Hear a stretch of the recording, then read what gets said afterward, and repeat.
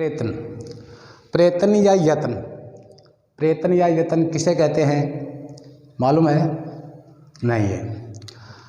प्रेतन या यत्न उसे कहते हैं जब हम किसी उद्देश्य को प्राप्त करने के लिए जो प्रयास करते हैं या किसी परिणाम की प्राप्ति के लिए जो हम प्रयास करते हैं उसे प्रेतन कहते हैं या यत्न कहते हैं। प्रेतन या यत्न इसके दो भेद होते हैं। एक है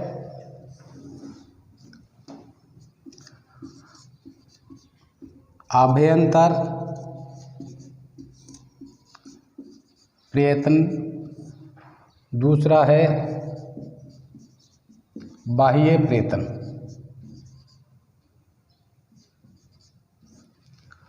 प्रयत्न के दो भेद होते हैं, पहला आभ्यंतर वो दूसरा बाह्य। आभ्यंतर प्रयत्न के लिए,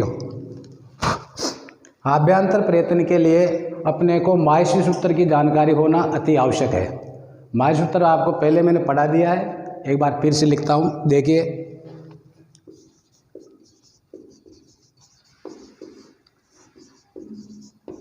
माहेश्वरी सूत्राणी।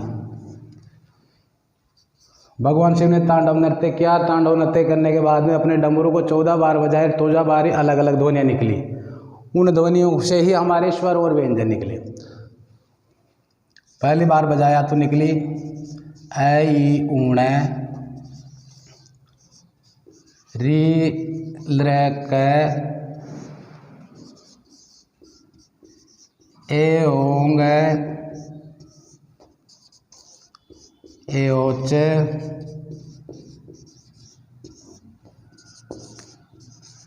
ह ये वरट, लण ये मंगणनम, यमंगणनम, झबय,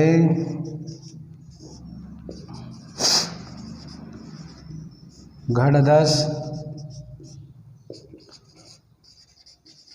जब गड़दस, ख प छ ठ थ च ट तव, ख प छ ठ थ चटतौ,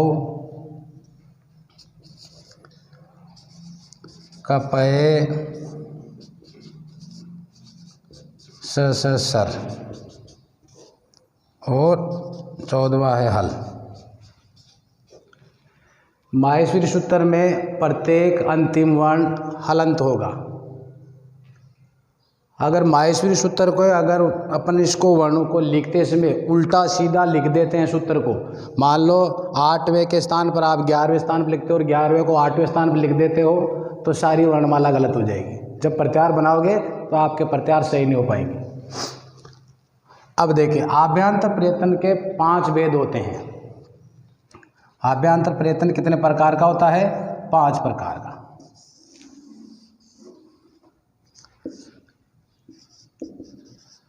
स्पष्ट, ईशत स्पष्ट,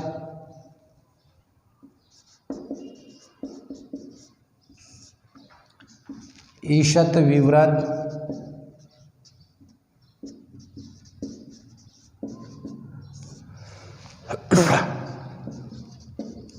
विवृत और समृत।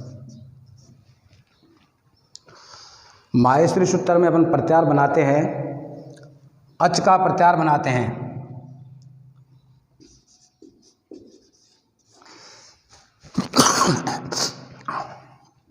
अच का प्रत्याहार बनाते हैं, ऐसे लेकर के च तक के वर्ण लेंगे और अंतिम हलंत वर्ण को छोड़ देंगे।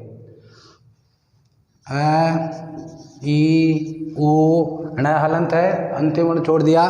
री, ल, क छोड़ दिया। ए, ओ, ऐ, औ। ये है स्वर। इन्हीं स्वरों में ह्रस्व स्वर के साथ में ही दीर्घ स्वर लुप्त रहता है। माहेश्वरी सूत्र में ह्रस्व स्वर के साथ दीर्घ स्वर लुप्त रहता है। के बाद आ, ई, ऊ और री, ए ओ ऐ और औ। अच के प्रत्याहार के बाद देखियो, ये जो स्वर है, स्वर हो गए, ये जो स्वर है ये ह्रस्व स्वर कहलाते हैं। माय सूत्र में अच का प्रत्याहार बनाया तो सारे स्वर ह्रस्व दीर्घ स्वर आ गए, अपने उनको बांटा। ह्रस्व स्वर है अ ई उ रील रे। इन्हीं स्वरों को एक दूसरे नाम से जाना जाता है, जो कहीं मिलता है कहीं नहीं मिलता है, वो कहलाता है ये मूल स्वर। ह्रस्व स्वर को ही क्या बोलते हैं? मूल स्वर। अब ये आता है प्रश्न, ह्रस्व स्वर किसे कहते हैं, ह्रस्व स्वर क्या होते हैं? तो जिन स्वरों के उच्चारण में एक मात्रा का समय लगे वह ह्रस्व स्वर होता है, या कम से कम समय लगे वह ह्रस्व स्वर होता है। इसके बाद आता है दीर्घ स्वर। दीर्घ स्वर यानी कि ह्रस्व स्वर के से जो दुगना समय लगे, ह्रस्व स्वर से जो दुगना समय लगे, या जिन स्वरों के उच्चारण में दो मात्राओं का समय लगे वो कहलाता है दीर्घ स्वर। ह्रस्व स्वर से ज़्यादा समय लगने पर, दुगना समय लगने पर उसे दीर्घ स्वर कहा जाता है। फिर है एक प्लुत स्वर। स्वर के तीन भेद होते हैं। प्लुत स्वर यानी कि सभी स्वरों के आगे तीन लगाना पड़ता है, प्लुत स्वर हो जाता है। और प्लुत स्वर किसे कहते हैं? प्लुत स्वर किसे कहते हैं? ऊपर ले लूँ या लिख दूँ? तीसरा है प्लुत स्वर। प्लुत स्वर क्या होता है? यानी कि दीर्घ स्वर से ज़्यादा समय लगे, यानी दो मात्राओं से अधिक समय लगे, वो प्लुत स्वर होता है। और सभी स्वरों के आगे जोड़ने, क्या जोड़ना है? तीन जोड़ देना। जैसे अ के बाद में तीन जोड़ दिया, ई के बाद में तीन, उ के बाद में तीन, बड़े उ के बाद में तीन, ऐसे लिखने से प्लुत स्वर बन जाता है।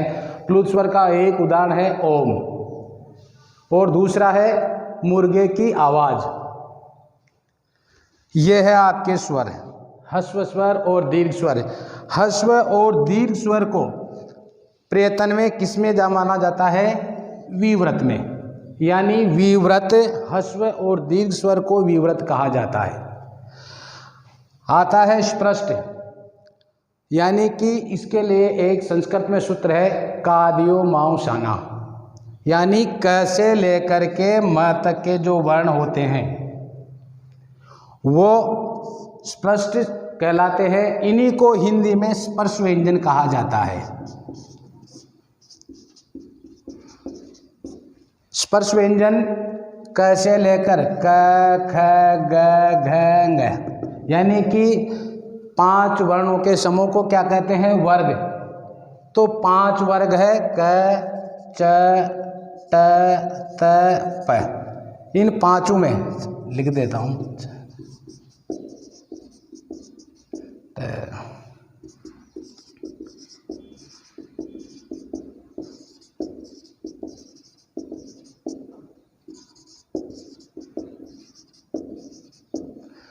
कैसे लेकर मैं तक, प्रत्येक में 5 वर्ण है। कितने वर्ण हो गए? 25 वर्ण। और ये 25 वर्ण ही क्या कहलाते हैं? स्पर्श व्यंजन या स्पष्ट। आगे देखो, ये व र ल और श श है, ये व र ल, ये कहलाते हैं ईशत स्पष्ट। क्या कहलाते हैं? ईशत स्पष्ट। ये व र ल। इसके लिए सूत्र है यण अंतस्थ। यण अंतस्थ का मतलब यण का माहेश्वरी सूत्र में प्रत्याहार बनाते हैं। ये से लेकर के ण तक के वर्ण यण का माहेश्वरी सूत्र में प्रत्याहार बनाते हैं, तो ये व र ल चारों वर्ण आ जाते हैं। इन्हीं को क्या कहते हैं? ईशत स्पष्ट कहते हैं। ईशत विव्रत। ये हाँ एक बात और है, ये था ये व र ल, इसका सही क्रम है, ऐसा एक बार सेकंड ग्रेड में प्रश्न पूछा गया था। हिंदी में अपन अक्सर उच्चारण करते हैं ये र ल व, जबकि माहेश्वरी सूत्र के अनुसार इसका सही उच्चारण है ये वरल। और माहेश्वरी सूत्र में एक बार प्रश्न पूछा गया कि माहेश्वरी सूत्र में कितने प्रत्याहार होते हैं, कुल कितने प्रत्याहार बनते हैं। जैसे अच, अक, एच, जल, हल ऐसे प्रत्याहार बनाते हैं तो माहेश्वरी सूत्र में कुल 42 प्रत्याहार बनते हैं।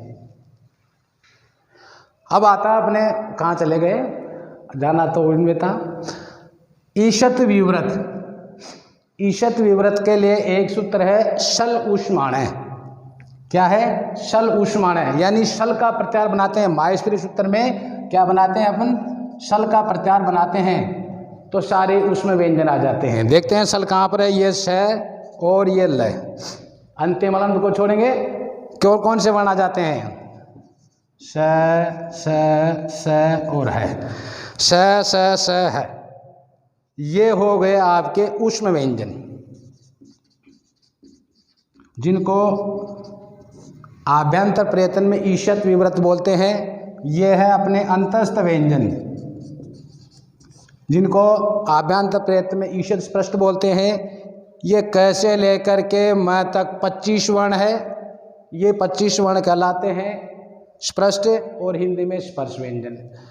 विवृत में सारे स्वर आ जाते हैं ह्रस्व दीर्घ, और संवृत में केवल ह्रस्व स्वर आता है, जो प्रयोग अर्थ में आता है, प्रक्रिया अर्थ में नहीं। यह है अपने आभ्यंतर प्रयत्न।